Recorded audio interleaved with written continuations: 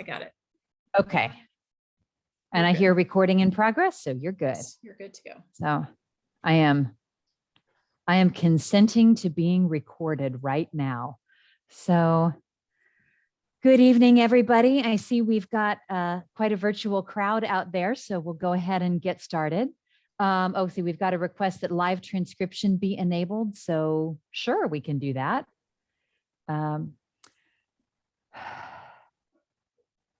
Okay. So we'll call the meeting to order. It's 7:02 and the meeting's in order. I won't ask for a vote on that. The first thing we do is we have minutes from the November meeting.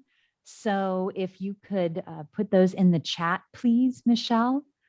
So Michelle Farrell, our parliamentarian, will put that in the chat. They are on a slide, but we discovered as part of our pre-meeting troubleshooting that the print was tiny and really difficult to zoom on a shared screen. So we'll put the minutes in the chat and you can read them on your own screen, which will hopefully be easier. We'll take about 2 minutes to do that. And then we'll vote, hopefully, to approve them. And then we'll move to the principal's report, because I know everybody wants to hear from Mr. Moss. Sorry, it's taking me just a minute to find that.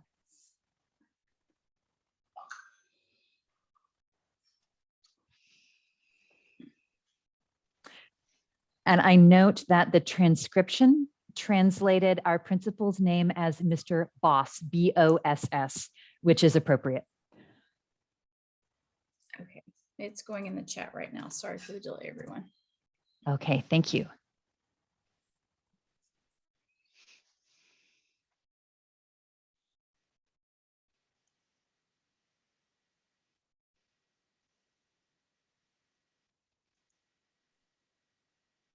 Uh-oh. Michelle, I am getting something really strange. When you click on the link, what happens?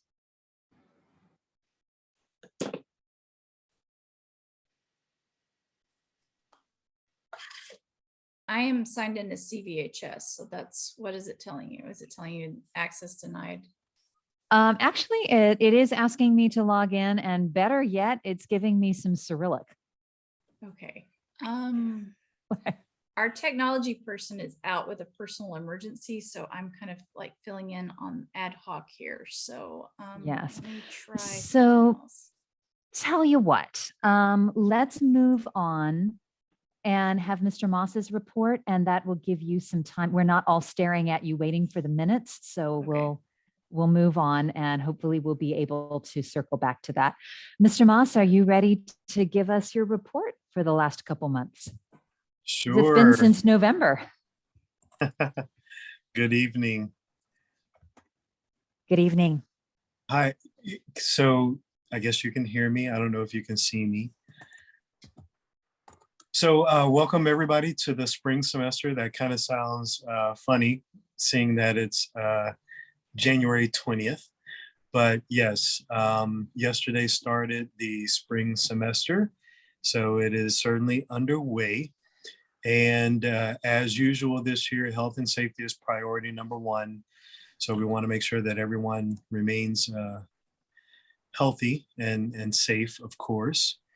I can report that yesterday we had about 44 absences for various reasons of our total enrollment of 907. So that's 95% attendance as of yesterday. So I would say that's pretty good. Usually we are at 98% or a little bit higher than 98%. But again, this is for various reasons and not all necessarily related to COVID. However, if anyone is experiencing symptoms or whatever, we certainly encourage them to get tested and certainly take care of themselves at home in order to protect everyone. I did attend a meeting today in regards to some news that Carnegie will be a testing site strictly for Carnegie students and employees. That will take place every other Friday beginning February the 4th. So we will actually have personnel outside of HISD to come in again every other Friday and offer testing. So I just received information today. So next week we will publish that with additional information. I do not know the times just yet, but I understand it will be approximately a 2-hour block on Fridays. So when we submit this information, as soon as we have additional details, it will also include different forms, especially for students who must have consent from parents in order to be tested. So basically, in a nutshell, that's the pertinent information I have for right now. I would say this also, if we had any students last week who were out ill or for various reasons that did not take a final in real time, to please have them correspond with their teachers so that they can schedule makeups as soon as possible. Those makeups do have to be taken prior to the end of this month. But it's especially important for seniors because we have ranking. The final ranking for seniors must take place within the next couple of weeks. So any students with questions, I want to encourage them to seek advice from their teachers so that they can schedule to take those makeup exams as soon as possible. And that is it for me, unless there are any questions out there directly for me. Okay, if anybody has a question for Mr. Moss, can you please put it in the chat? One of the minor difficulties about this Zoom format is that it is difficult to see everybody at the same time. In the meantime, Aparna, you were going to share your screen so that we could see the minutes. Are you set up to do that? I am. I think somebody else is. Are you screen sharing right now? I think you just need to stop the screen share and then it'll let me. Okay, well, hold on just a second. Okay, who can start sharing when somebody else is sharing? All right, you should be cleared for that now. Okay. Yep. So I'm sharing the screen with the November minutes. I tried making it a little bit smaller to fit the first page on, and if anyone wants a draft of it, I'm happy to send it out. I will work on posting this on the PTO website so that everyone can look at them at their leisure. I'll just kind of give you a minute or a few seconds to read that first half.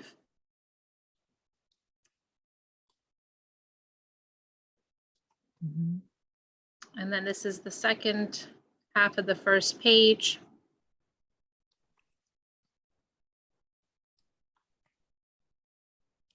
And then the end of the minutes right there. In our November session then ended with Mr. Rosa talking about college and career readiness. Any questions about the minutes? I will go ahead and let's see if I can actually stop the screen share then.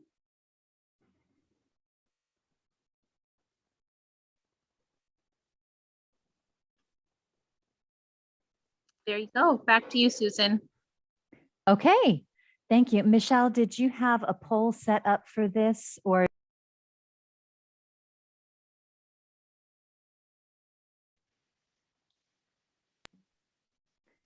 I got muted. Is there a poll set up for this? I do not have a poll set up for the minutes. Okay, in that case, yeah, we'll slip back to gallery, and if we can just raise our hands either in the picture or using your little icon. Let's see, under reactions, you can either raise your hand or give a thumbs up. So I will put forth as a motion, move to approve the November minutes as read.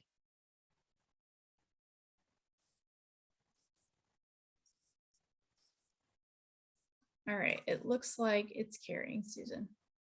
Okay, great.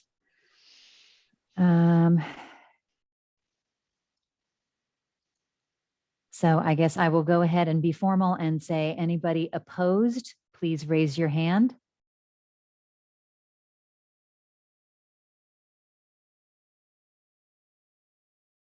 And if we have anybody who does not want to vote, abstain, then you can raise your hand. Yeah, I need to lower my hand.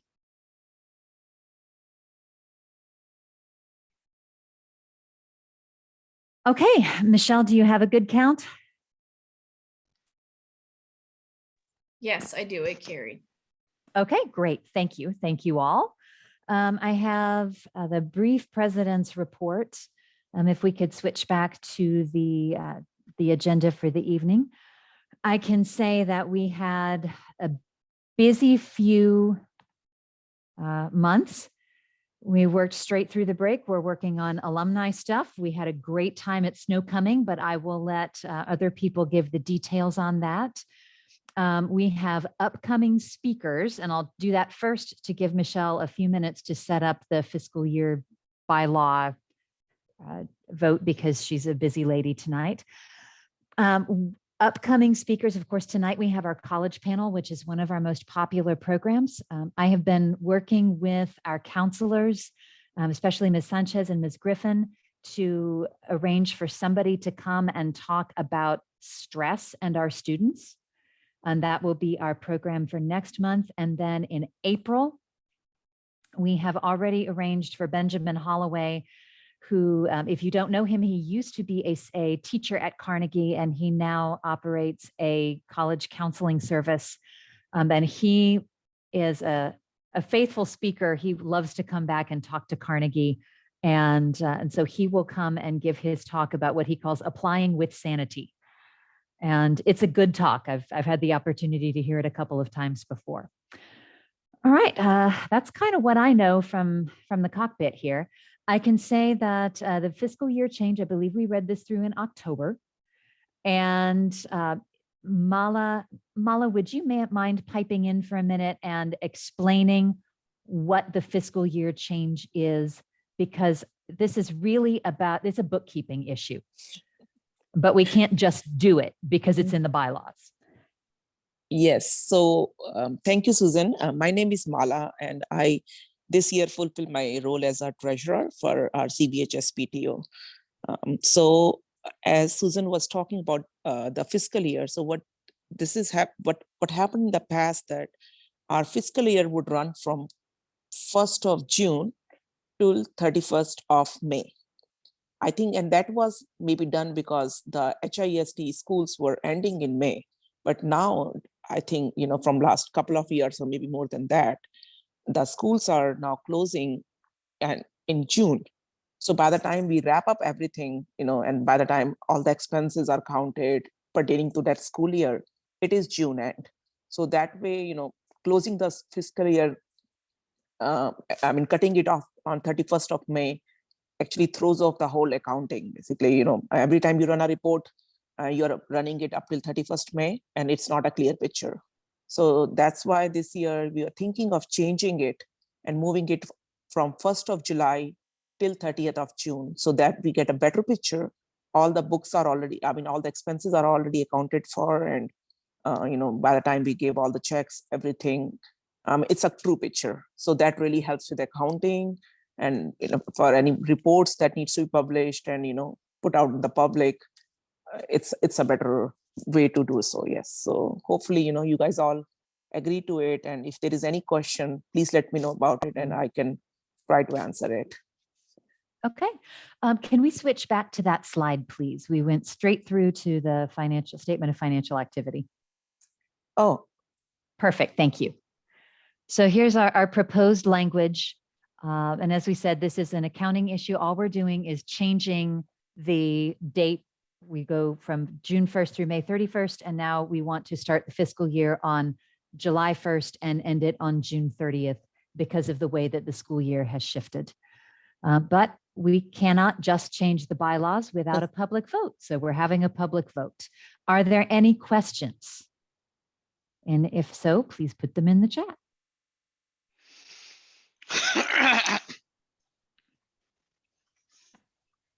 Okay, and Michelle, you did have a poll set up for this, correct?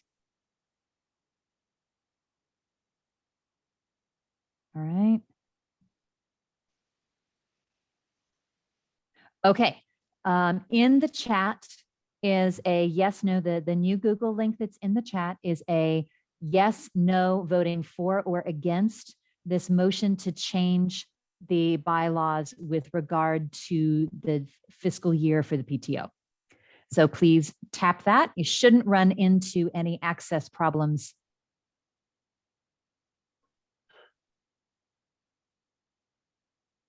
There we go.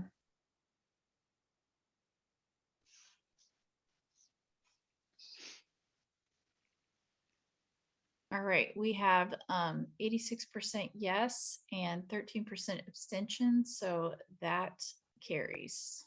All right, great. Um, So that was relatively painless. Thanks, y'all. Okay, Mala, would you give us our financial report, please? Yes, sure. Okay. Let me just go back to my report because I can't really read from it. Based on our report from 1st of June till January 11th, it shows that we have almost close to $55,610 for public support. And actually that was before we counted some checks we received 2 days back. So now actually from our goal, we are 95% close, 95% done at our goal of $60,000. So that means we are $57,000 have met our goal, and now only $3,000 left to really meet our goal. Thank you so much to the whole CVHS family for their generous support and contributions and pouring in all the corporate matches. This number of $57,000 does not even include the corporate matches. So that is apart from the corporate matching. Sorry, I was hearing some. I was too. I think somebody had some music going on in the background. Go ahead. Are we ready to move down a page?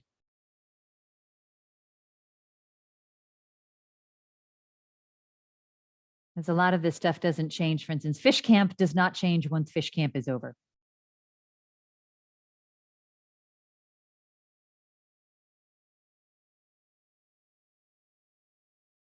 So let's see, I think Mala's had to duck out for a second. So we're looking at our total revenue is about $71,000. Now the 57,000 figure that we were just talking about, that is just from friends and family. So that is not necessarily all of the revenue, but it's most of the revenue. Mala, you're back. You can have it. You're still muted.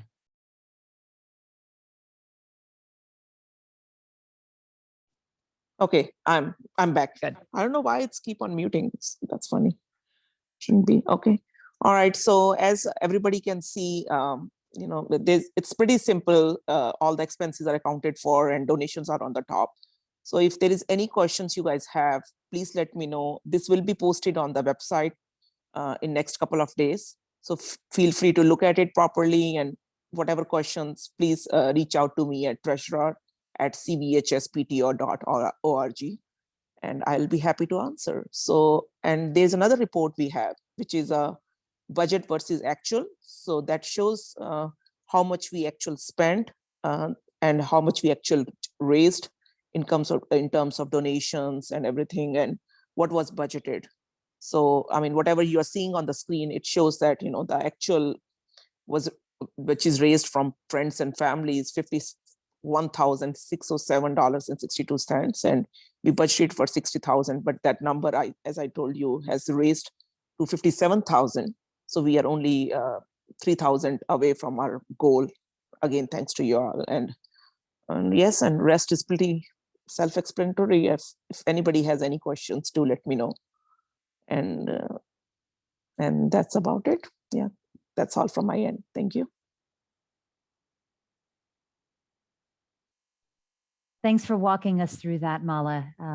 Unless you've really got an eye for it, balance sheets can be a little bit confusing if you're not used to what you're looking at. Can we switch to the slide thanking our fundraising donors, please? And I will ask verbally because I can't see, I don't have everybody in gallery view. Joya, are you here?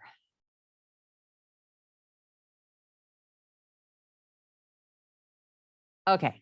I am not hearing Joya, and I know she's out of town and was going to try to call in from Nashville. Joya Shukla is our fundraising VP. And so we want to thank everybody who has donated to the Friends and Family campaign so far, especially the Batchelor family and the Brown family who provided the match for our Giving Tuesday. That was really, really helped us get a lot closer to that $60,000 goal. So we want to thank everybody. We appreciate you all, and your support will be well spent. The other kind of fundraising things that I need to let everybody know is, please, we are on Amazon Smile. We are with Randall's. We are with Kroger. We are with Office Depot. So if you routinely shop at any of those places, please sign up for your percentage to go to Carnegie Vanguard PTO, and thus to our school and our teachers and our students. We have 2 events coming up. One is our oft put off breakfast with the principal for some donors that is being planned, and we're planning to have it right before spring break. We were going to try to have it at Christmas time, and that didn't work. And then we were going to try to have it in January, and that didn't work. And now we're hoping we will be able to have it right before spring break. So stay tuned. And then a much bigger event. Carnegie is turning 20 this year. This is our 20th year of existence as a school, and next year will be the 20th anniversary of a lot of things. So we're going to have a party tentatively scheduled for April 30th, and we'll push it into May if we need to. But that will be our spring social that we used to have in the past. It will be a 20th birthday party, and everybody is invited. It will be held at the school. We want to have tours. We want to spotlight some student groups. So we're working hard to get that underway. That, I think, is everything for Joya's report. Can we switch to the next slide, please? And Ms. Sanchez, Maria was not able to be here tonight. I know that you are here. Would you mind hopping on for a minute and talking to us about the seminar sessions that you've managed to arrange that's coming up in February and March, please? Yes, of course. And I'm sorry if I'm a little muffled. I had dental surgery today, but I have a lot of pain medication, so I can talk a little bit. Yeah, I'm really excited with the Heights Family Counseling. We'll be having a virtual session. It's going to be late February and early March. I do have a flyer already available, and we're going to be posting it online. I'll make sure to post it on our social media, and it's free. Pretty much the seminar, you will have to sign up first so you can get the link, and then you'll be able to participate in this virtual event where she'll be able to talk about how to build relationship with your children, how to have those tough conversations about mental health and having a safe space with them, and just having that comfortable talk with them. They're in high school, they're going through that transition, and sometimes it's hard for them to express themselves, and then sometimes it's hard also as a parent to hear them. So that conversation is going to tie in with our high school students, with stress, and if it's something that our parents love, hopefully, and I spoke with Ms. Haas about this, hopefully we can have future events with them about specifically our students and what they go through and how we can help them. Okay, thank you very much. And thank you especially for working to arrange that and to bring that to Carnegie. I know we have a notice about voter registration. Mr. Moss, I will ask you about that. Do we have a group coming to Carnegie to help 18-year-olds register? Is that what this is about? I should know, but I confess I don't. So I know that Ms. Chapman, one of our counselors, usually has a group that she works with to come in and register voters. And also Ms. Schultz, our librarian, also assists in that capacity. I don't know off the top of my head if there are specific dates, but we are aware. I know that I've gotten many emails from Harris County Elections So I know our students are very cognizant about that, and they will be volunteering for the next Okay. upcoming election. So it is a big topic. But as soon as I understand or have the official dates for any types of registration, we'll certainly publicize that. Okay, Oh, thank Mr. you. Moss, I So, can actually ahead. provide more information. Oh, It's wonderful. actually going to be announced next week. I have actually voter registrations in my office. So students will be able to come to my office in the morning, during lunchtime, after school. They can fill it out, the voter registration, and if they're registered to vote, they'll get a little backpack that says, "I'm ready to vote, I registered to vote," and they'll get a snack as well as a thank you for registering. And all they have to do is fill it out, bring it back to my office before the 31st, and I'll mail it for them. Wonderful. Thank you very much. Okay, we will move on. There's a little bit of senior committee here. And the reason senior committee is here is PTO does not, in fact, manage the senior events, but we get a lot of questions about senior events. So there is a senior class page on the Vanguardian. Okay, there's a question I'll pass along in a minute. And shared on the PTO's social media, we will pass along everything we know. And there's a question in the chat from Ms. Sanchez. Will these sessions be recorded for parents who cannot attend live, the sessions with the social worker? I am not sure, but I can definitely email her, and hopefully we can have it recorded so we can post it on the website. I think it would be helpful.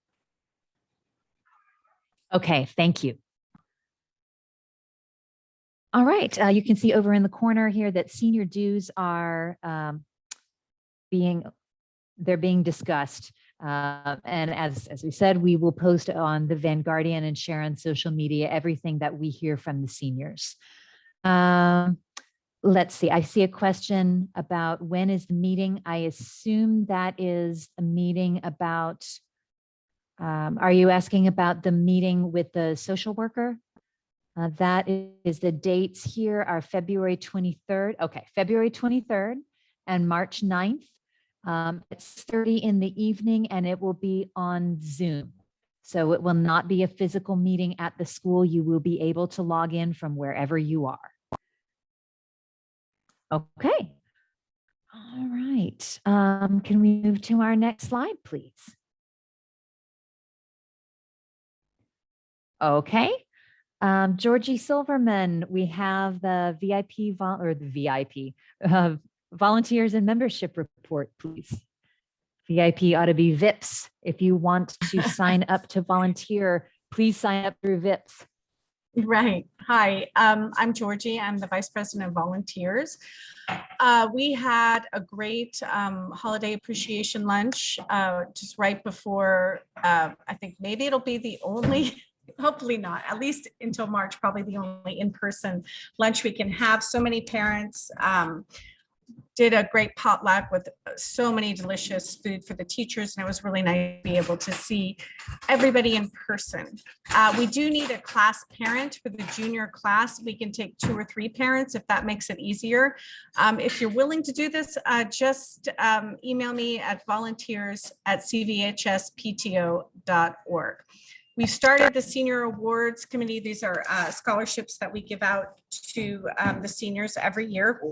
The committee is putting together the application and it should be out in a couple of weeks for the seniors who want to apply for that. Okay, thank you. All right, thanks for that update. Jamie Turner, I believe I saw your name, and you can give us a report on the Snow Coming Dance and on the special events aspects of Carnegie's birthday party. You ready? Absolutely. Yes, thank you, Susan. Good evening, parents and CVHS family. I wanted to first talk about our snow cone dance. I wanted to thank especially Jackie Lopez, Coach Scott, and the parents that donated and volunteered on that night. That was an amazing dance. And as a parent, it was so nice to see our students dressed up nicely, enjoying each other. They had, whether they ate before they came, they had food and snacks there. They had amazing music from a live DJ, and they had so many beautiful spots in the actually in the dance to sit and enjoy one another.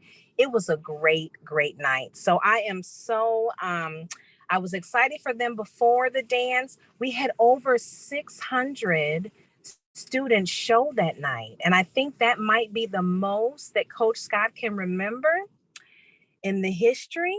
I might be exaggerating, but I don't think so. So we had over 600 students there, and I tell you, they were well behaved, and each one of them were just good looking. So they had a great time. We're going to do that again. We find that when PTO and CVHS couple to do these events, they become extraordinary like this. So we're going to do a lot more where we're coupling like we did on this one. But hats off to parents, Jackie Lopez and Coach Scott. Okay, I'm done with the snow cone. I do want to move to the 20th anniversary. Susan did mention that, you know, it is going to be at the school and we are working out the details. I just want to extend that invitation to you again.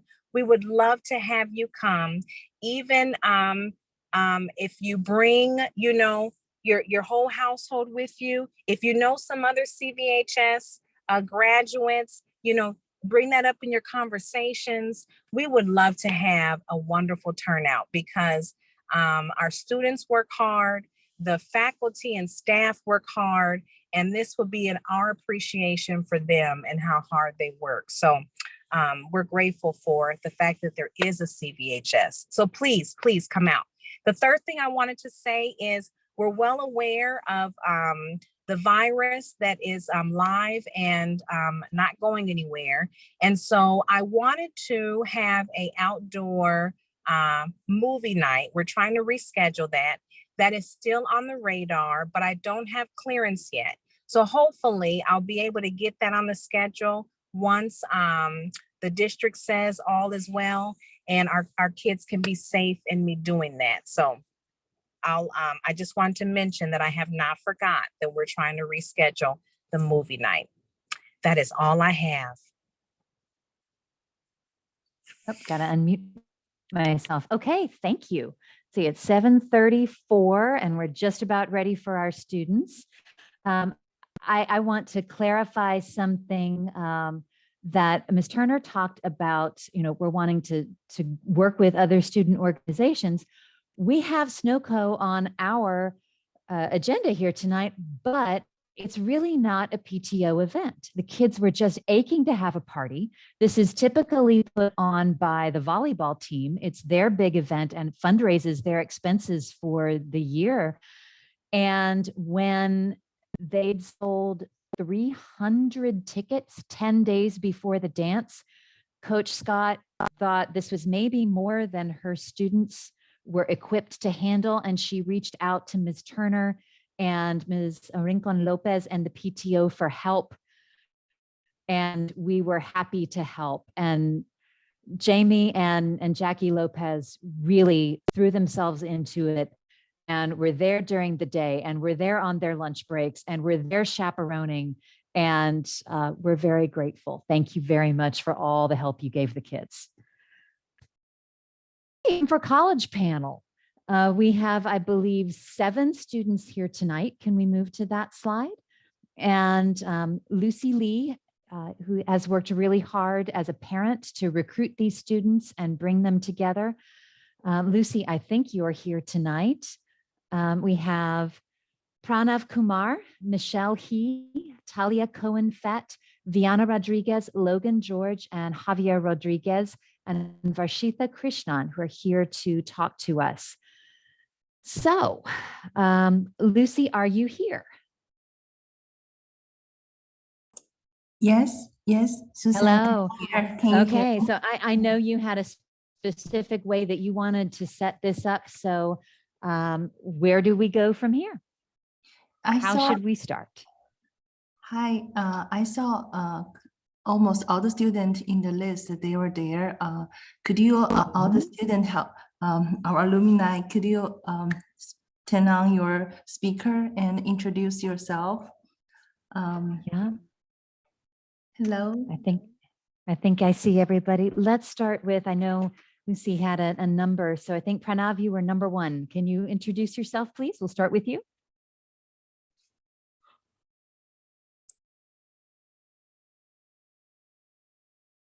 Uh-oh, maybe he's muted. So Michelle, can you introduce yourself, please? Of course. So hi, I'm Michelle. I am currently at Boston University and I am majoring in human physiology on the pre-med track. I don't know what else. So basically at Carnegie, I was involved in the National Honor Society, Eco Club, as well as the Hispanic Honor Society. And that's a little bit about myself. Okay, Talia, could you introduce yourself, please? Sure. Hi, everyone. I'm Talia. I go to McGill University and I'm in the program of Geography Urban Studies. And when I was at Carnegie, I was part of Mu Alpha Theta, which is the Math Honor Society. I was on the soccer team during the entire time I was at Carnegie, and I also ran for the track team. Okay, great. Gianna, could you please introduce yourself? Hi guys, my name is Gianna. I go to Ohio State University and I am a public health pre-med major. And at CVHS, I participated in Hispanic Honor Society, the UIL track and field team, Eco Club, and UIL cross country. Okay. Logan, could you say hi, please? Hi, everyone. My name is Logan George, and I'm at Yale University. I'm currently majoring in political science and economics, and during my time at CVHS, I was involved in NHS, Mu Alpha Theta, the Desserts and Donations Club, and Junior State of America. Okay, and Javier, would you introduce yourself, please? Absolutely. Hi, everyone. My name is Javier Rodriguez. I'm currently first year at the University of Chicago as a political science and public policy double major. And my time at Carnegie, I was involved in the Hispanic Honor Society, Interrat Club, Latin Dance Club, and I work with a few organizations off campus. Okay, welcome back. Vashita, are you here? Yes, hi. I'm Hello. Vashita. I'm a Brown Scholar at Texas A&M University. I'm majoring in engineering on the pre-med track.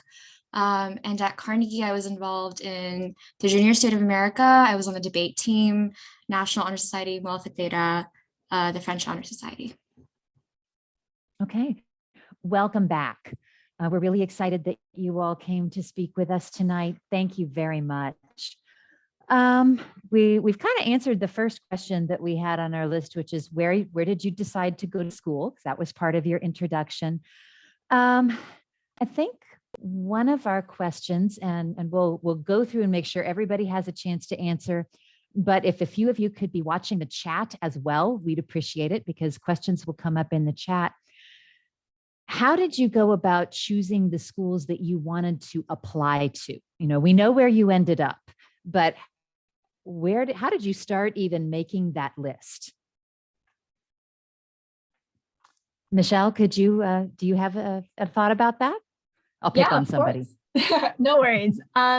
So really how I went about choosing where I wanted to apply to college was one, somewhere close by, and like, I don't know, we've like the counselors have talked about the idea of like safety, target, and reach schools. So knowing somewhere I can most likely get in, and then also going for places that I absolutely would like love to dream to go there. And then another thing that was really important for me was specifically if they had a program I was interested in. So applying to most of my schools, I applied to a lot of schools that had exercise science or physical therapy programs or something related to the health sciences that wasn't too specific, as I really don't know exactly what I want to pursue inside that field. So that was also something that was a big factor. And then honestly, what made me like lock in the Boston University was their specific program called Human Physiology. That was a really good blend of all the health sciences, and also that Boston is a really big city, and also it is a big medical hub as well. So outside of campus, I'll have lots of opportunities to do internships, shadow staff at hospitals and also do a lot of research experience with professors on campus and off campus. And it sounds like that dream eventually won out over staying close to home. Is that right? Yes, I'm very far from home right now. Okay. Do you have family in the Boston area, or do you know anybody out there?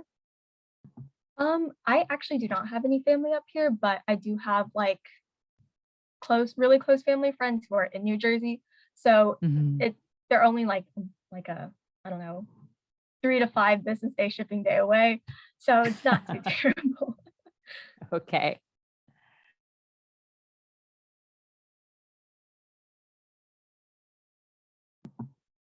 I think you're muted. I thought I had unmuted myself, but not successfully, apparently. Talia, can you talk about that process for yourself? You ended up quite far away. Where did you start and how did you choose McGill? Well, I knew that I always wanted to go to a pretty big school. And so when I was applying, like I narrowed it down to like schools that had about 15,000 to 30,000 undergraduate students. I also, since my major is in urban planning, I wanted to be in like the center area of a city just to have a lot of internship opportunities and research opportunities with professors, which I have found at my school. And I also was when I was applying, I was looking for schools that had, like Michelle said, a program specific for me, like my major. But I really liked about that McGill that it has my program, but it's also really small and there are not a lot of kids in it, even though it's a really big school. So I think looking for that in a university can be really helpful because then you get a lot of attention from the professors and like it's really nice to have that in a school. So if I was a senior right now, I would be looking for schools that that would have like really focused attention on you with a small program with many professors. Mm. Okay. And Gianna, how did you, let's see, I see a comment there was a question that I will come back to in the chat. And Michelle wants everybody to know that a small school within a bigger school is something that she appreciates about Boston University as well. Gianna, Ohio State is another big school. How did you come to Ohio State? So I originally started my process kind of backwards. I really did not know what I wanted to do. And I started thinking, well, I wanted to be something related to medicine, but biology was not the way I thought I should have go. So I started looking at things I liked and I realized that public health accompanied everything. So then I just looked on Google, best public health programs in the United States. And I just saw a list of universities and I said, okay, so I clicked on each one, figuring out if it fit with, I don't know, if the location, the people, what the values of the school. And then from that list, I started compiling the due dates for applications and things like that. But for me, I first found my major to then decide on the school. So Ohio State has a really, really fantastic public health program, and they have a really good medical center as well. So I just first thought about all the qualities that I would like for my major to then select my school. But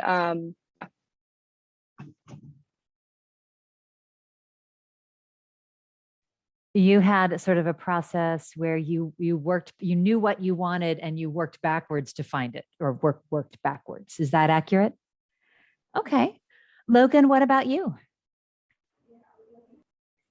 Yes, so I think looking back on my sort of decision process, it sort of went in different stages. I know the first one for me was sort of looking at what was financially viable for me and which schools I could afford. And once I'd sort of made that calculation and figured out what I was looking at, I think the next thing that I went to look at was the different environments of the different schools and the different programs, like a lot of the previous speakers have mentioned. I knew I wanted to go into politics. So I figured a school like Yale has a really great political science program that really drew me in.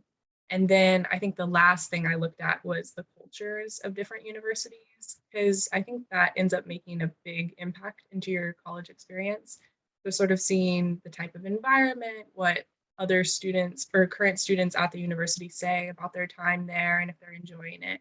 And so sort of if you ask yourselves different tiers of questions, you end up narrowing down to a smaller group, and that's how you figure out where you want to apply. Okay, pardon me for stepping out for a minute. My class of 2020 just got home from time spent with a friend, so I had to welcome him home. I'm back now. Javier, can you tell us how you came to the University of Chicago? Absolutely. So whenever I decided on my schools, I mostly focused on 3 criteria. So one of them would be philosophy of the school, the second would be financial aid, and the third would be geographic location. So I knew I wanted to be in a city, given that I wanted to not only analyze the architecture and cultural elements of different urban areas, but I also wanted to interact with people. I wanted to analyze urban designs of cities and kind of implement that back to Houston. And in terms of financial aid, I work with a program called Emerge. So Emerge is oriented to low-income first-generation students applying to selected universities in the US with the goal of maximizing their financial aid packages. And from there, that's where I received guidance to my college application process, and I heard about the University of Chicago. And also in terms of philosophy of the school, I knew that the University of Chicago strongly valued rigorous inquiry, freedom of expression, and I wanted to attend an institution where I knew I could be academically challenged at all times. And I can definitely attest that has been the case so far, and I absolutely love this institution. And I guess for my process, it was a little bit different since I went to the Questbridge National College Match process, which is essentially where you rank up to 12 schools. I personally only applied to 4. And if I matched to a school, that means I would be given a full ride, but it also works like early decision where my admissions is binding. Okay. I imagine I see some financial aid questions in the comments, so I know we'll be coming back around to that. Thank you for being so upfront about that. Vashita, you were the only person who didn't, I think, go 500 miles away in this group. Can you talk to us about how you decided on Texas A&M? Yeah, so I applied to 10 schools, and when I applied, I was kind of like Gianna in that I didn't know what I wanted to do. I knew that I wanted to go to medical school eventually, but I didn't know for sure what I wanted to major in or like how I would get there. So I tried to apply to schools that were generally well-rounded. I knew that engineering was something I might be interested in, so I looked for schools with good engineering programs, and I looked for schools with good biology and chemistry departments. Eventually, after I applied, I decided that financial aid was a priority for me because especially when you're pre-med, looking for a school that gives you a lot of financial aid is in your undergraduate years is a pretty good decision. And Texas A&M gave me the most financial aid, so I ended up coming here. I also really liked, they have a fantastic engineering program. And the school receives a lot of funding for research opportunities and internships. So I've definitely seen a lot of that here on campus. Okay, thank you. I think we will we'll just hit financial aid head on. I know that there's been some discussion in the chat already, but I know that a question from a parent was, especially for those of you who are at a state school, and I'll pick on you just a little bit, Gianna, because you're at Ohio State. You know, state schools tend to be, geared toward giving a lower price to students from that state and a higher price to students who are out of state. So can you address what scholarship opportunities or how does that work for everybody? So yes, you're correct. The difference between an out-of-state and in-state is quite significant. Almost for here, it's almost like 20,000 of a difference. But for me, I tried not to focus too much on the issues of the financials issues with the getting into a public university and a private one. For me, with the scholarships, I applied to as many as I could, and I applied to the ones that Ohio State offered, but I didn't receive the ones that I wish I could have. And I'm grateful for my parents to allow this, but we decided that with my plans for the future and the idea of working and still applying for scholarships, I was able to go to an out-of-state school and on very few scholarships, but it was with the agreement that I would still apply to scholarships because you still have so many opportunities once you're in the university to apply to scholarships, and which I'm doing right now. So I wouldn't say for that to scare people off for applying to a out-of-state university, because you have so many ways of asking the financial aid department, just applying to Ohio State scholarships or ex-university scholarships, or just continuing what you did during high school. So I would really say try not to make that an issue, but if it is, there are so many other solutions to it. So would you all say that the schools you've attended were fairly forthcoming about their financial aid and how you apply, or you really have to dig deep, or maybe a little bit of both?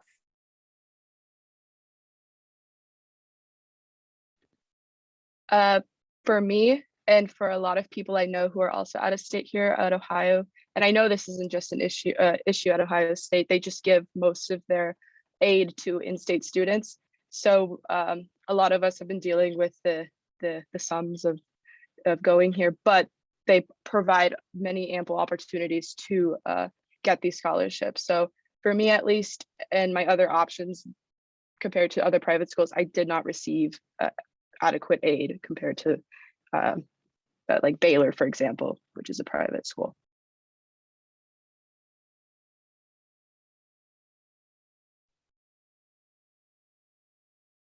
So I see some chat flying. Logan, you had a comment in the chat about smaller scholarships. Can you elaborate on that? Yes. So applying to scholarships is a really big part of your senior year. I think after you get through the college application cycle, particularly if financial aid is an issue, it's great to sort of shift your attention to applying to different scholarships. There's tons out there that some are forgotten by the vast majority of people because they're not very well advertised. So I would really recommend looking up some scholarship search websites. I know some good ones are scholarship.com. There's Scholarship Owl. My fellow class of 2021 people can tell me if they remember any others. But you can sort of subscribe to their mailing list and they'll send lots of different opportunities. And even small ones add up, like $1,000, $500 can really make a big difference. So I would recommend focusing on applying to those. You can reuse a lot of essays. They tend to ask very similar questions, and that can just be a great opportunity to make college less of a financial burden. So I'll pull a question from the chat. As we've been talking about money. Once you got accepted, what was your biggest challenge? You're accepted, you're in, you know you want to go here, then what? Did you find that you had any personal challenges, any stumbling blocks, anything that you had to work through before you could say yes? Or anything that once you'd said yes, did you get cold feet? Any second thoughts? I can speak on that. I think after being accepted in college, one thing that was a big challenge was obviously looking for scholarships, but specific towards the college aspect, I think a lot of it is like figuring out like how to enroll in classes and knowing what classes you want to take or should take, as a lot of times you don't have, like I didn't have the opportunity or had the chance to like meet with an advisor before I started university. So it's really, you have to go on their website, see the courses you need to take for the major you applied to. And it's really a lot of digging through things yourself and trying to like plug that into your schedule. And I think another thing that, a lot of my friends at university are really like kind of regretful of was not applying to, not signing up for classes early enough. Like, I think I was able to sign up for classes end of April. And the earlier you can get a class, the earlier you can get a really good professor is like key to being successful in college. Mhm. Yeah, I agree with that. I also think something really challenging about college is that the course load is so much different from high school, at least in my experience. Like, it takes a while to get used to the rigor of the academics.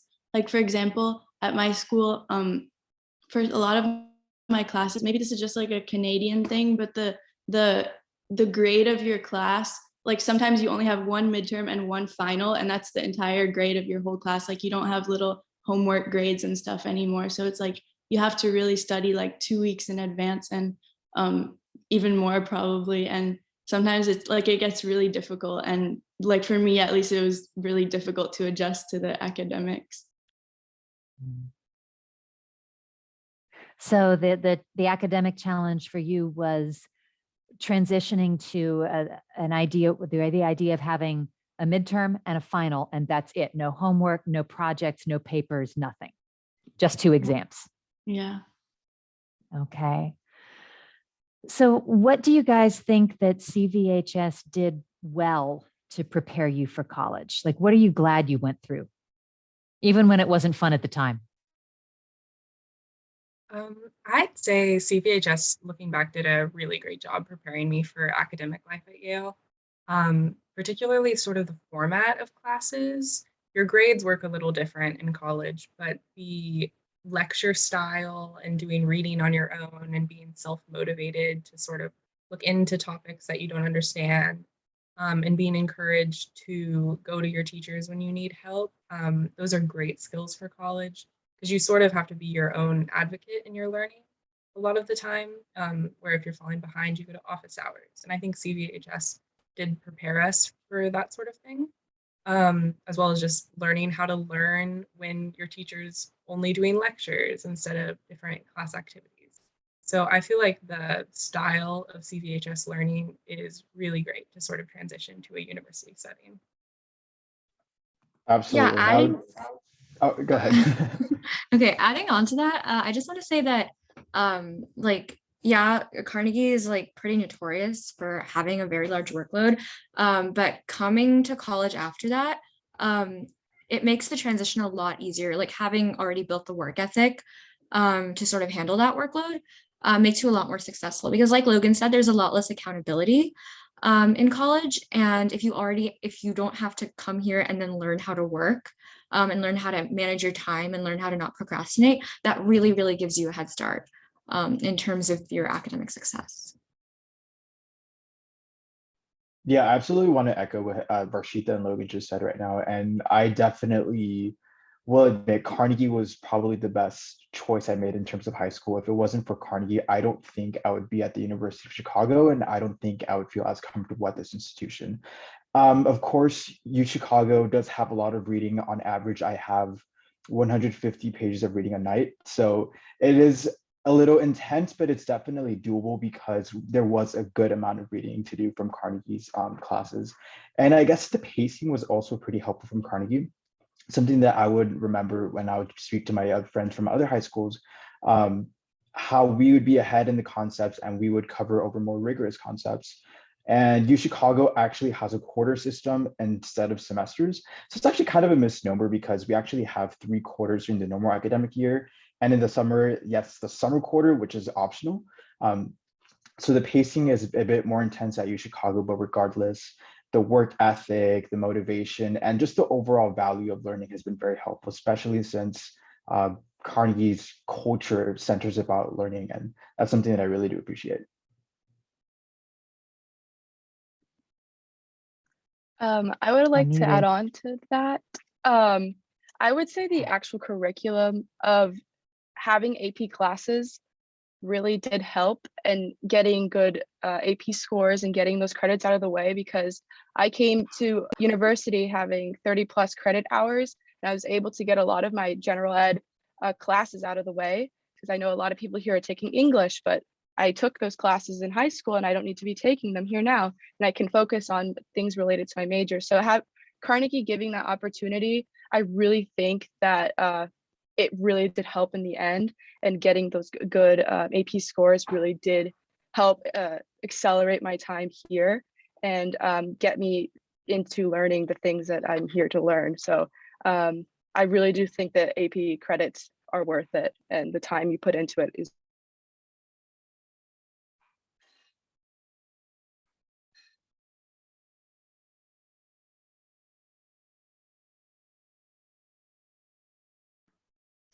Sorry, I thought I was unmuting myself, and in fact, I had muted myself.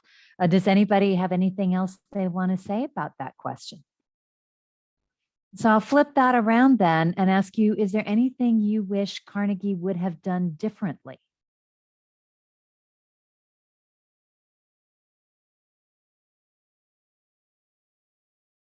You know, you've already graduated, so there's no penalty. Yeah, so for me, I wish if Carnegie had more open space for more so on the active side of learning. So in terms of math, I really appreciate having a lot of practice problems, but for our humanities courses, so like APUSH, WAP, Gov, they were more lecture oriented, and I definitely would have appreciated to have more discussions in these classes as opposed to just strictly having lectures, and also just discussing more theory. I guess this is just me nerding out, but something that I really appreciate about UChicago is that we're a very theory focused school, especially since right now I'm taking this class called Planning Capitalist Urbanization Theory, History, and Critique. And my prior misconception of urban design had always been that it's strictly practical. And I always assumed this dichotomy between theory and practice. And in this course, I learned to integrate both elements and understanding how they're not mutually exclusive, but rather they are, they contribute to the development of either or both. So I do wish if we focused more on theory and had more debates, questioning definitions of terms in the first place. But then again, I don't think that's necessarily much that Carnegie can change on their own, especially since Carnegie goes by College Board curriculum. And that is, of course, there are certain rules with that. But if there was an additional space, or if there was more time in the classroom to have more discussions, I would have appreciated that from Carnegie. I agree. I think that Carnegie did a great job preparing us for college, like especially just the fact that it was so rigorous in terms of math, physics, and even like English, WAP, Gov as well. But I think that I would have liked to have more discussions, and also more, like I wish I was forced to write more essays at Carnegie in English class, because I feel like that would have helped a bit more.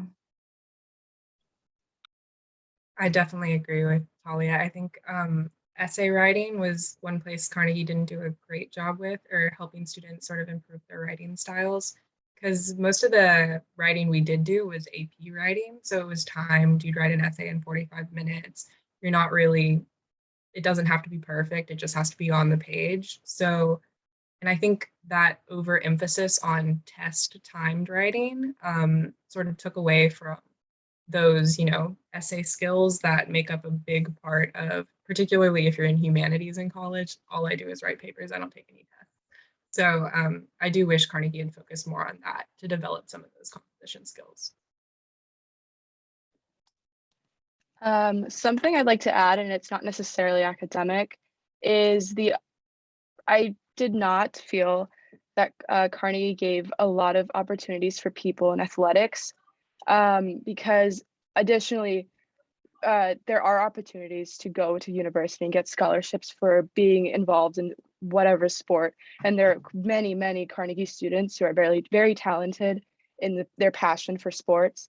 And I did not find an outlet where I could ask for help in, getting connections through coaches, which I understand was not existing at the time, but I feel like that is a whole nother door that could be opened, and so many kids could benefit from it, because you can, as a student, to an extent, do as much as you can through the NCAA and make your profiles and everything, but there's some point where a coach or a counselor can help make those connections to a university and which you need, but was not there for me. And I know for other students who could have potentially had a connection with some university and play for them, just couldn't because that just did not exist.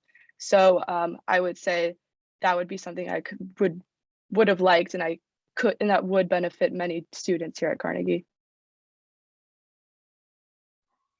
Thank you. That is an interesting insight.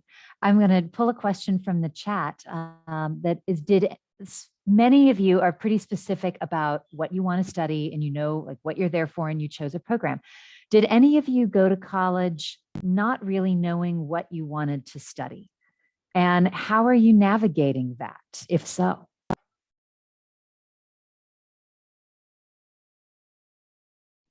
I think I can speak about this. So when I applied, and even after I chose to go to Texas A&M, I wasn't sure I wanted to be an engineer. Like I said, I knew I wanted to go to medical school, but I didn't know how I wanted to do that. So after I came here, it's kind of what Michelle said. It's not as difficult to change what you're doing as it seems when you're applying. Like when you're applying, it seems very much like you have to make decisions and they're like the end of the world and you only get one chance. But there's a lot of ways to go where you want to go.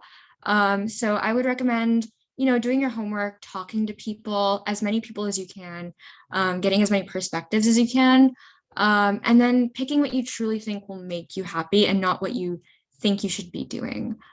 So yeah.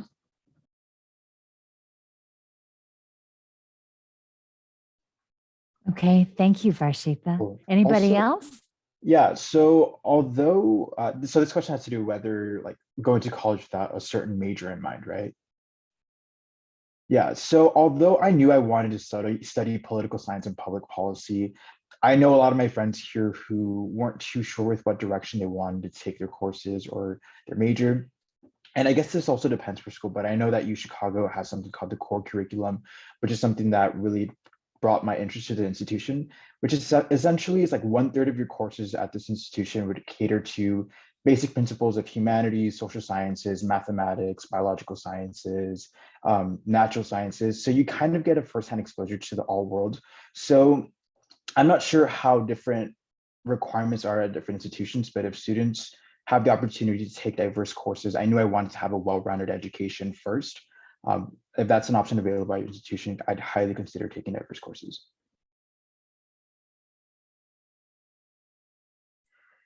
So it sounds like your advice is no matter where you are or what they call the program, branch out a little bit. Am I understanding you correctly? Like take things that you think you're interested in, even if you don't see that they're directly in your line of study. Is that right? Okay. And we're going to jump a little bit and say, what do you do when you feel stressed about academics? I know somebody has addressed that in the chat as well, but all of you are at pretty competitive schools and at pretty competitive programs. How do you make? I can talk about that a little. Especially in college, you're not really going to school from like 8:30 to 4 o'clock. You like say for today, I had my first actual day of the spring semester. I have a giant 4-hour gap in between two of my classes. And I really take that time to actually, take a break. Sometimes it's a little nice to go back to your dorm, take a nap if you need to. You just really need to listen to your body and listen to yourself and just know when you're pushing yourself too much. And then on the other side, I always make sure I allocate some time either like on the weekends or anytime throughout the week to do something I really like to do. So let's see, last semester, every single week, I would just turn everything off, put on some music and just paint my nails. And that's something that I found really relaxing at the end of the week. And then at the same time, I think since I go to school in Boston University and our campus is just like a mile-long strip on Commonwealth Avenue. And I think something that was really helpful for me was instead of like taking public transportation to like my classes, I would take the 30-minute walk all the way down the street while listening to music, as that's something that kind of like allowed me to take a little break from thinking about anything academic and just listen to my favorite jams at the time.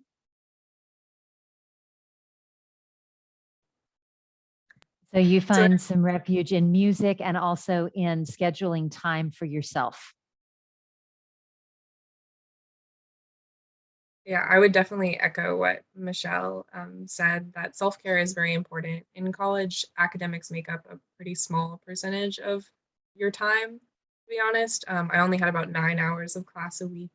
And then I would have homework and reading, but you can move everything around. Your schedule is a lot more flexible. And so really just keeping in mind that caring for yourself is important. I know it's hard to be away from home. I know a lot of people got very sick sort of the first couple months of college, just due to being in a new environment and not necessarily, having parents to look after us. And so I think just making sure that you're still sleeping, still caring for yourself, still eating, and also taking advantage of all of the help that's available on campus. I know Yale particularly, but lots of universities have great mental health services, have lots of advisors and counselors. If you go talk to a professor in a class you're struggling with or stressed about, they can be so helpful in reassuring you and showing you what resources there are. So just, making sure to take time to take care of yourself and also asking for help when you need it. Thank you. Does anybody want to add a comment? I guess for me, I try to avoid stress at all costs by just planning out my day the night before. So it's probably a little bit on the more extreme side, but I would just have an hour by hour breakdown of when I'm going to do my homework, when am I going to attend a certain class, when I'm going to have time to myself. And I roughly plan for 60% of my day. So it's not entirely everything. So at least I can have some sort of self-progress or some new experience that I wasn't anticipating before. And that's kind of helped me preserve my mental health. And if I ever feel a little stressed, all I would do is just walk around campus. I absolutely love the architecture of UChicago and the city of Chicago. So honestly, just appreciating nature and architecture is just a great way to find like some sort of remedy for your mind.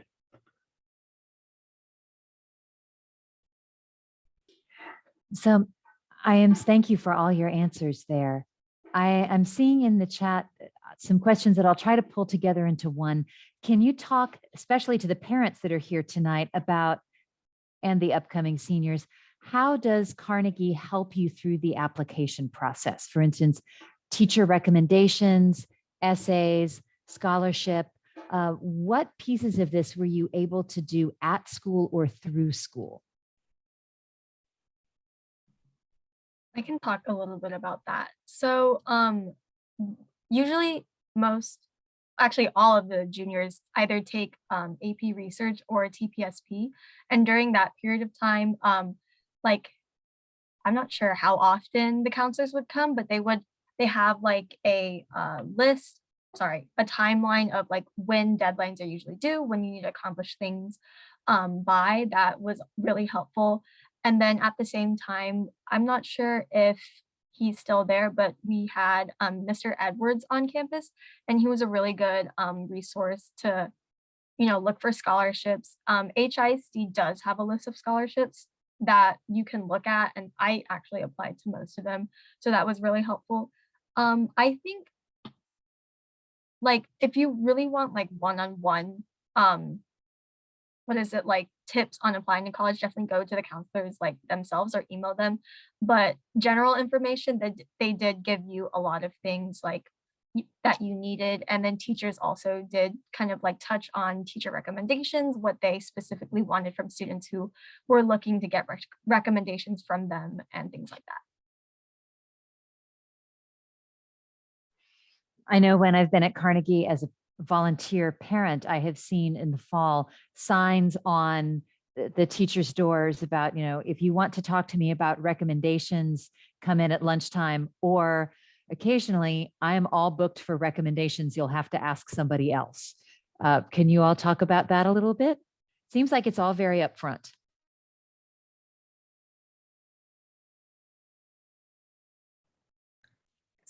Teachers at Carnegie are very upfront with their recommendations policy. A lot of them have them on their websites or on their doors. You can sort of go on the Carnegie website, click on a teacher and see if they have anything to say about how they generally like to be approached for that sort of thing. And I guess the biggest tip is just to start early. You want to give teachers as much time as possible to write those recs. You want to make sure you get them before they're flooded with lots of other requests. So as early as you can, pick a teacher who you think can speak well to your character and your general, how you are as a student, and ask. It's not as scary as it seems. They're all very nice. And sometimes you can ask someone to write you, like you can ask a teacher to write you a recommendation letter and they'll say no.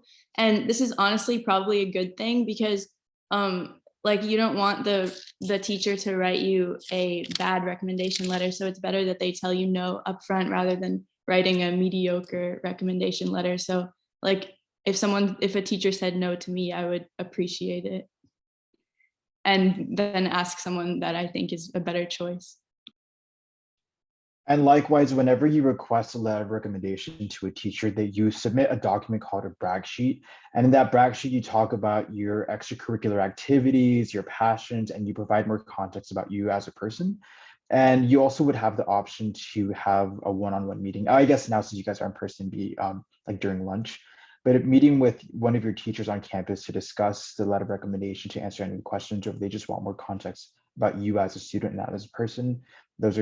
Our teachers are incredibly open to that. So you used an interesting term, the brag sheet. Can you tell us a little more about that? Is that something that Carnegie does for every student, or that, tell us about that?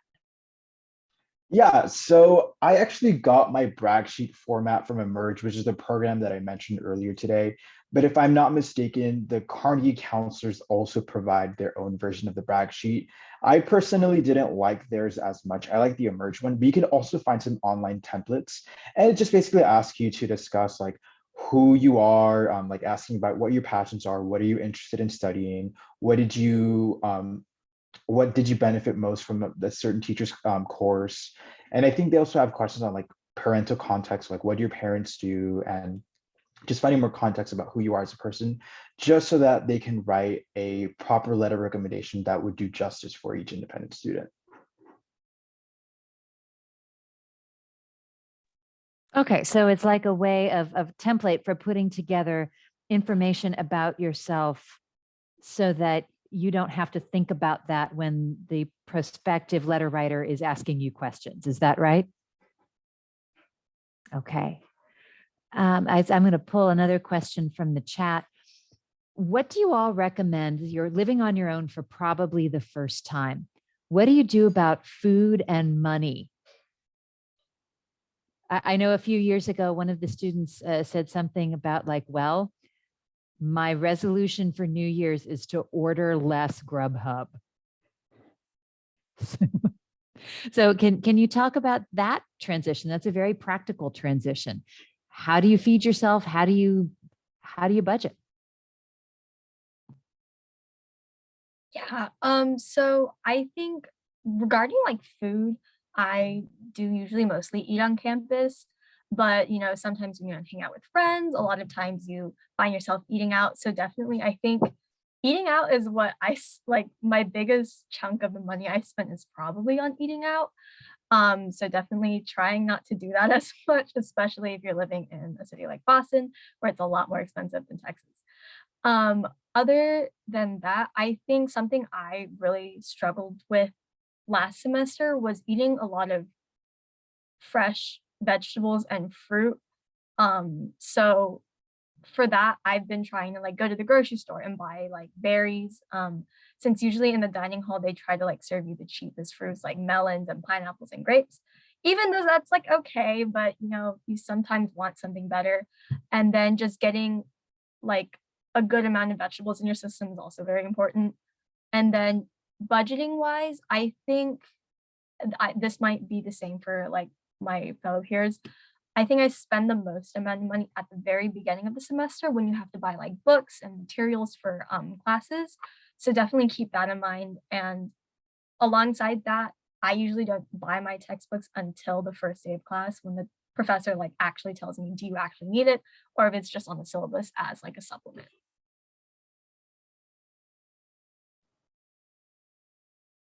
Yes, I think food sort of varies a lot based on your living situation. I'm on the meal plan at my school. All first years and second years are, so I just go to the cafeteria every day. But I know a lot of other students do for themselves and have to do things like grocery shop, which is a whole other thing to keep track of. But I'd say, just as Michelle said, one of the biggest chunks of money that I've had to spend at school is textbooks and materials for class. And the biggest tip I can give for that is just to wait as late as possible. Professors won't really demand you show them the textbook. And so, particularly if you're shopping classes and aren't sure if you're going to take it, just hold off on making any purchases until you are sure. And there's lots of great websites out there that have textbooks for free. You can look it up on TikTok. I know there's lots of options, or just do some Googling, and make sure you do that before you buy, a $250 book, and that can save a lot of it.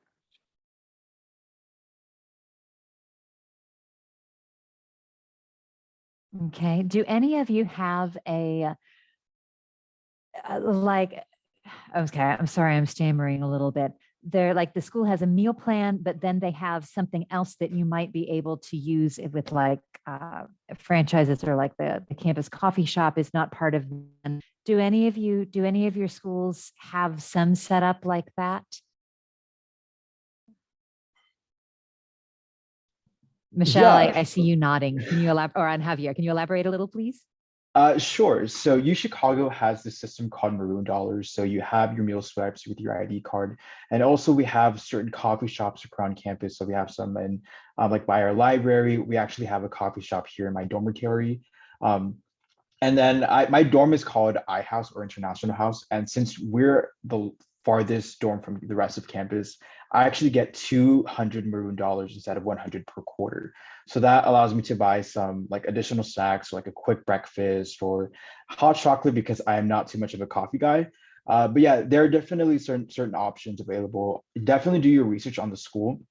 So for Chicago, that'd be Maroon Dollars. And as for our underclassmen, if they want to do research on their schools, just go to your dining website for your respective school. And also wanted to address an earlier topic from the same question about textbooks. So definitely look for resources at your institution and see if they can even pay for your textbooks.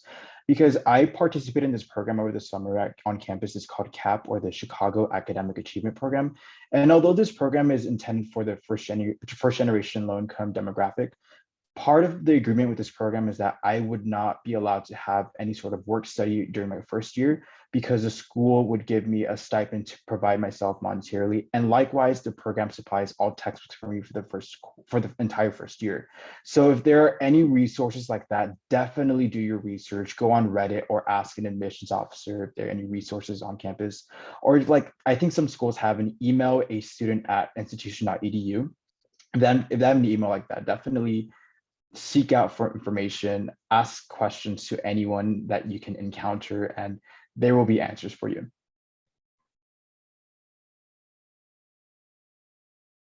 Okay, thank you. We'll start wrapping this up, but Logan said something that I wanted to ask her to elaborate on. When talking about textbooks, you talked about course shopping. So can you tell me what you mean by that, or can you tell us? Yes. So course shopping is something that works very different for different universities. I know a lot of big state schools, you sort of all have to sign up earlier on just because there's a lot of demand for big classes. At Yale, we have a 2-week shopping period where you have the initial rush where courses open at 9 a.m. and everyone gets on their computers and tries to register really, really quickly. And then over the course of the first 2 weeks, you can add or drop courses. So you sort of go to different classes. The situation's a little different due to COVID, but you can sit in classes you're not registered for and sort of lobby the professor to let you in that class. Or if there's a class that you just don't feel like is clicking for you, you can drop it and move to another one, or adjust your schedule depending on timing and location.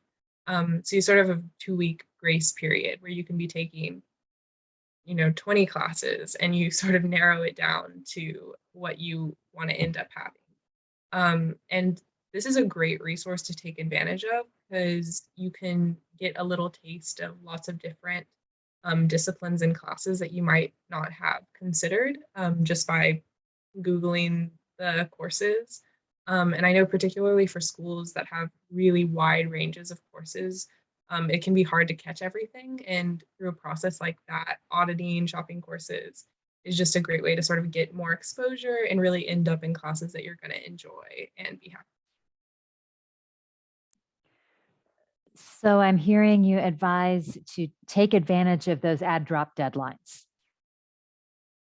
Okay, and I see Talia, you're nodding too. Does McGill allow you to do things similarly? Yeah, every semester there's a 2-week add drop period at the beginning where you can sit in any class, just like how Logan said, and audit. Okay, thank you. So this is a question pulled from the chat.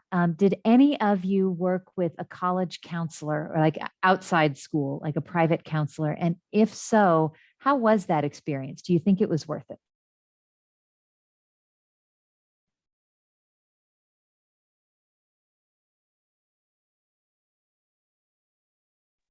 I guess my out of school counselor was just from Emerge. So although it's not directly tied with Carnegie, it is tied with HISD.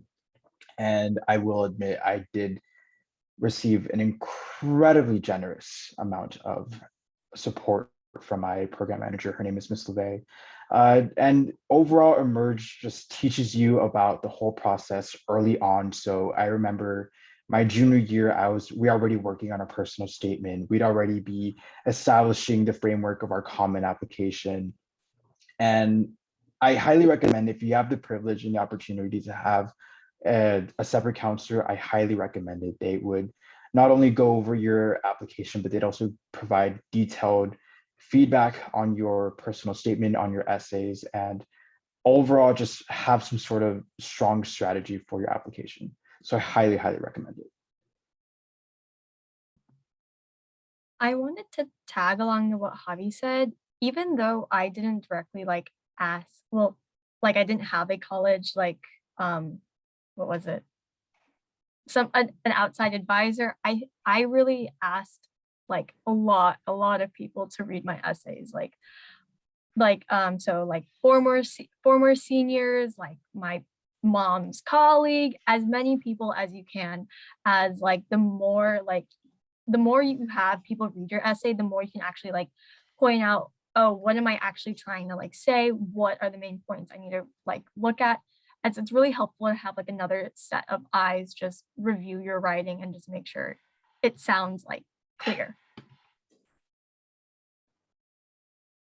Yes, to sort of piggyback off of Michelle, I think I didn't personally use a college consultant. I know a lot of people who had great experiences with them, but I'd say not to really sort of limit your understanding to support on college applications to only sort of hired consultants, because those can be great resources, but there's also so many other resources available. You have your peers who can sort of help you through the application process. You have the counselors at CVHS. And then the internet was really what got me through a lot of college applications. There's some great blogs. I'll have to look up the name of this one, but if you look up, there's like a UT admissions blog for University of Texas that breaks down each of the essay prompts and gives advice for it. I think that thing was an amazing resource during the application process. So don't be afraid to sort of dig a little bit on Google. There's lots of free resources on YouTube that talk about how to write a Common App essay and how to ask for recommendations. So there's just so much support and so many resources out there. And if you do a little digging, you can get a lot of help.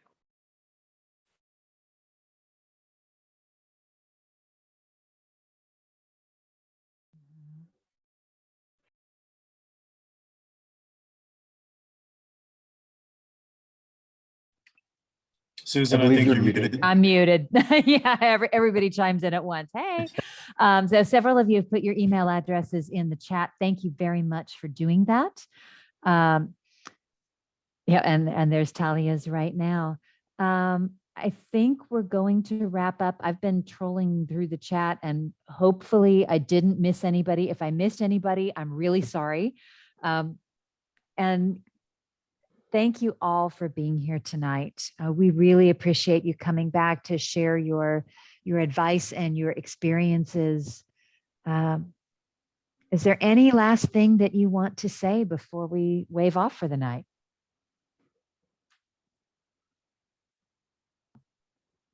I think one thing I want to touch on, especially with COVID going around right now, is kind of the situation at my university. Just since like I know lots of parents might be curious about, students going back online and things like that. So right now my school is fully in person. And that's mostly because we did mandate the vaccine as well as the booster for all students and staff. And then alongside that, we are requiring COVID tests twice weekly, and then requiring masks in all indoor buildings.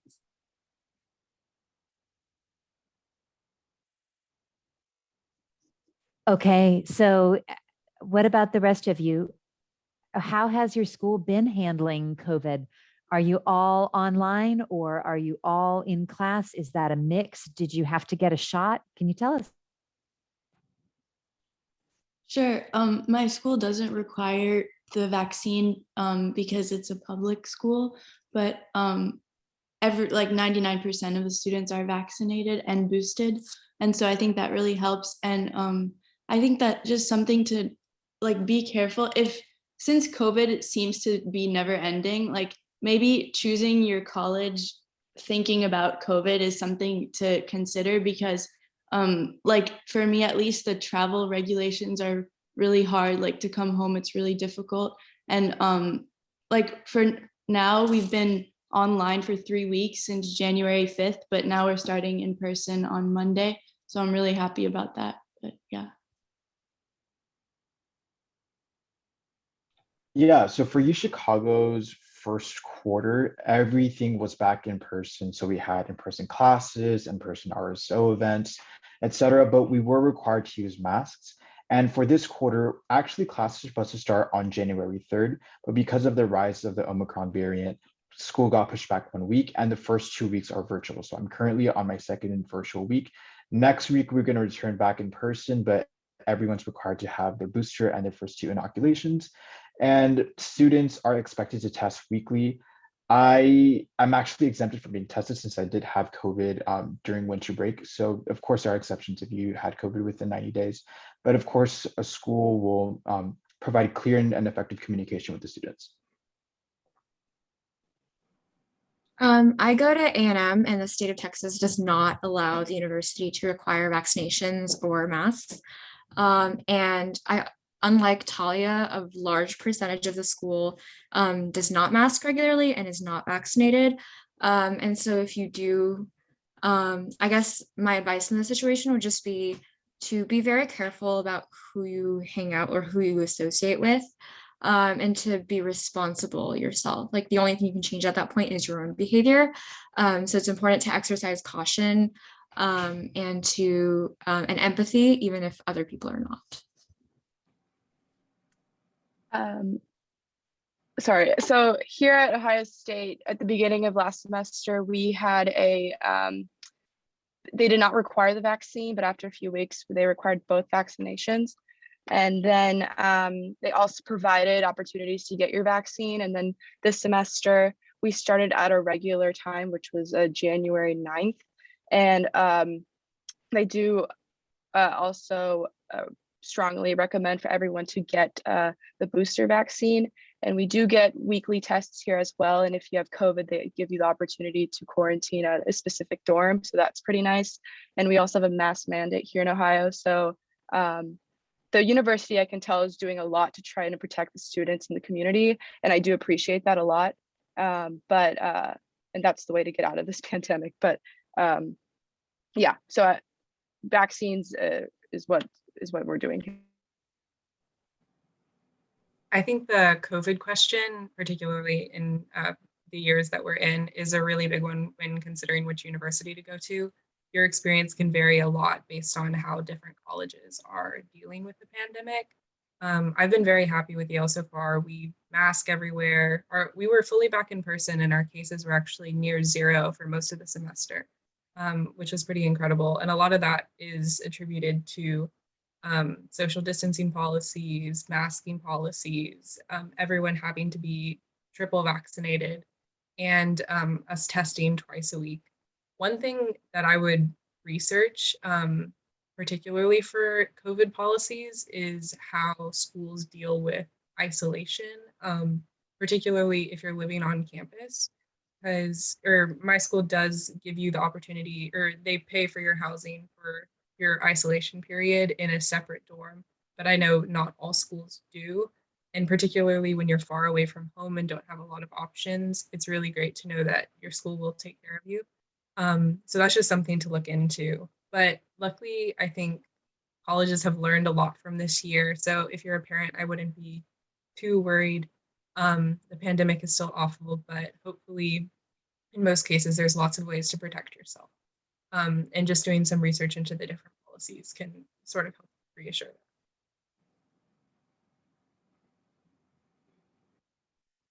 I'm not sure if that's everybody, but if you don't mind me jumping in, I just want to say it's always great to see our alumni, and I'm so very appreciative of your contributions tonight. And I just love listening to you guys, and you continue to make me proud. So thank you all so much. And huge kudos to Ms. Hawes for being a great moderator. Thank you very much. Thank you guys for being here tonight.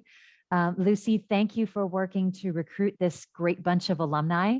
I appreciate all the work that you put in. And it's been a good presentation. I'm saying thank you, thank you, thank you. We really appreciate you being here. And I guess this is good night. So good night, everybody. And yes, we typically post recordings of meetings on the PTO's YouTube channel, which you can reach from via a link from vanguardian.com.